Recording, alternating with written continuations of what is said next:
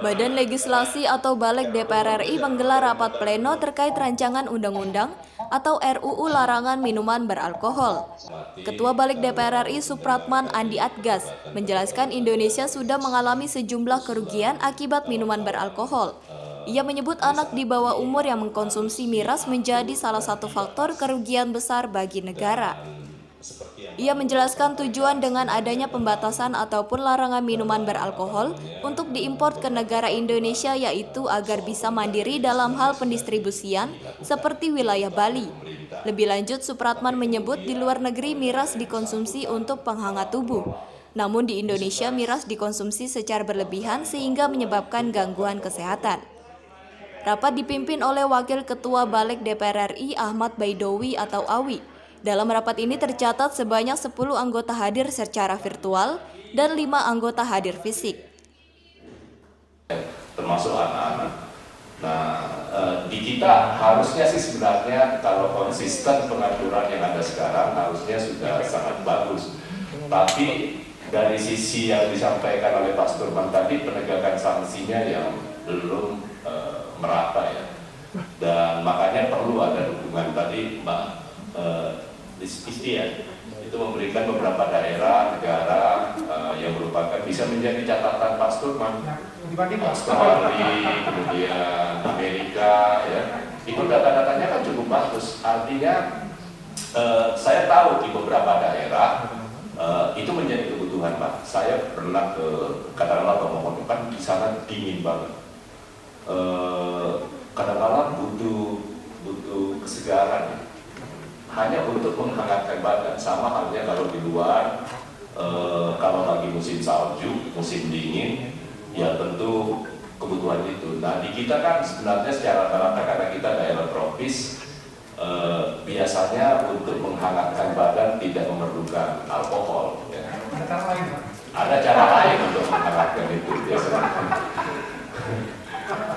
Nanti Pak Dorong bisa jelaskan. Cara menghangatkan badan. Nah, jadi ini persoalan di kita. Memang distribusinya mungkin tadi Mbak Elisa itu mungkin agak sedikit lebih protektif ya. Saya tidak tahu pembatasan ataupun larangan minuman beralkohol itu untuk diimpor ke kita. Mungkin maksud dan tujuannya supaya kita bisa mandiri untuk memproduksi. Ya mungkin ya.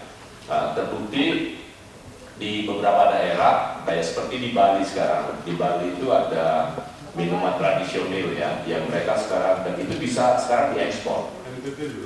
NTT juga, Maluku juga, dapil saya juga.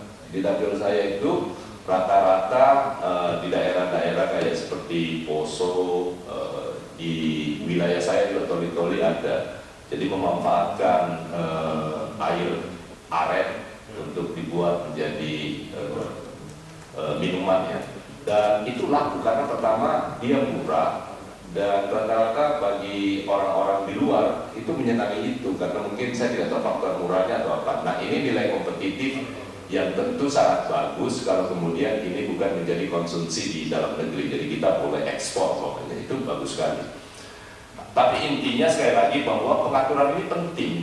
Nah, apa urgensinya kalau kemudian dia ditingkatkan menjadi undang-undang supaya tidak mudah berubah sebenarnya. Kita ada konsistensi dari sisi pengaturan bahwa kalau ini dilakukan setingkat undang-undang, maka setiap kali ada pergantian rejim itu tidak semudah mengubah kebijakan ini. Sebenarnya itu intinya, sehingga ada konsistensi untuk keberlanjutan pengaturannya.